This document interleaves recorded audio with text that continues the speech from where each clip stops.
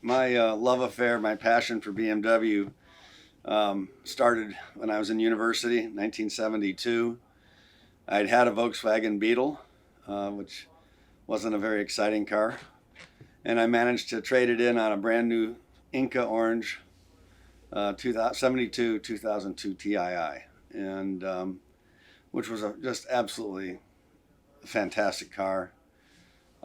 It could carry all my stuff that I would take to college, my stereo, my speakers, my records, uh, all my clothes, you name it. And then when you got there and you took it all out, you had a sports car.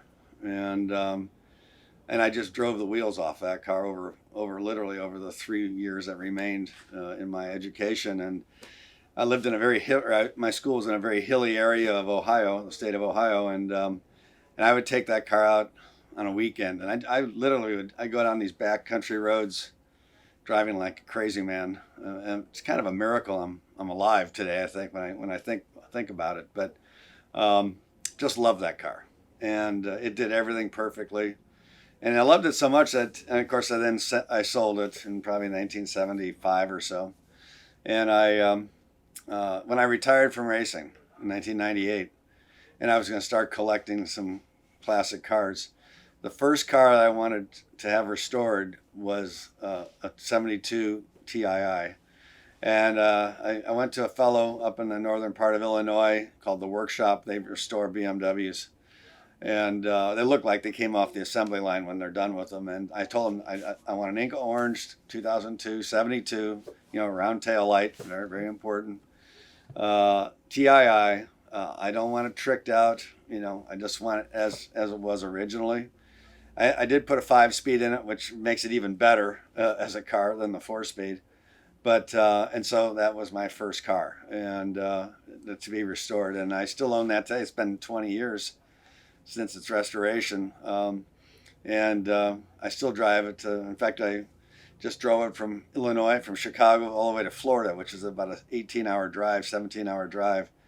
And everybody goes by you, thumbs up, and honks, and because I think just about everybody had a 2002 at some point in their life, and so that's where the passion started. Then I had 320i, 320s, and I had 750. The old cars, I've had an M1. I had a 3-liter CSL.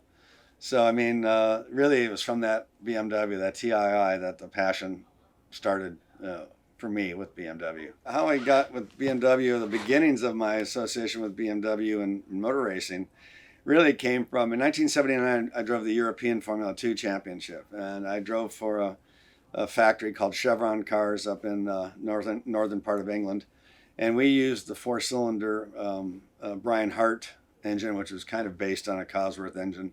I couldn't get the BMW. And the BMW engine was certainly, I think, the engine to have.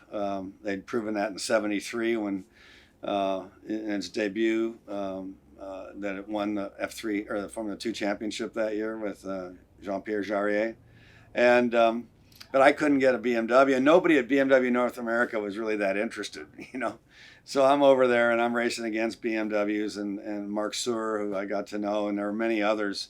They had the BMW kind of junior team, Mark Suhr, and I'm trying to think who else was in there. I think Beppe Gabbiani was there from Italy, and I think there were 3 cars, and guys like Eddie Cheever had BMWs. So I raced against those engines, and we were pretty competitive, but clearly BMW was the engine to have. Fast forward from 1979 to 1986 or 85, and I'd been working with McLaren USA, who ran the BMW IMSA program, and bugging them that I wanted to, let me drive the car. I was driving Indy cars at the time, and so I finally got the chance to drive with the team, with BMW, in the March BMW, which was an English chassis with a BMW 4-cylinder turbocharged engine, which was an unbelievable engine. And went to Sebring. I was just astonished how fast the car was. The engine was so powerful. It was, we were racing against Al Holbert and the 962 Porsche and a number of others. And I mean, there was no contest. I mean, the BMW, we hadn't even turned it up for qualifying, and just in race form. And so my confidence was really high with it, and going to qualifying. And the first two corners at Sebring were flat in qualifying. First one easily flat, second one not so easy.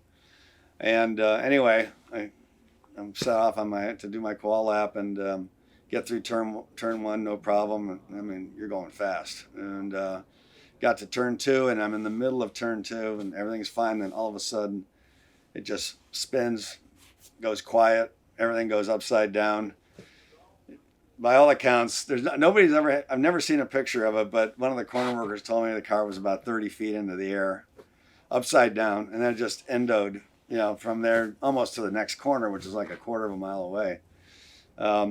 Luckily, it was on the grassy, sandy area, so every time it hit, it wasn't that hard of a hit, but nevertheless, ended up upside down. Despite the drama of the crash, the car wasn't hurt that bad, but it was hurt enough that not only did they withdraw my car, but then they withdrew the other car, because what had happened is the rear tail section had come off the car, and it took the rear wing with it, and that's what caused the accident. So it was a very short-lived relationship with BMW at that time. But from that and over the years, of course, I was always bugging whoever it might be at BMW North America on the motorsport side that, I wanted to run as a team owner. Then I wanted to run the BMW program, and finally, after a number of years, had the chance to go make our presentation in Munich to BMW Motorsport, and it was accepted. And so that was 2007, I believe. So we've been together now quite a few years.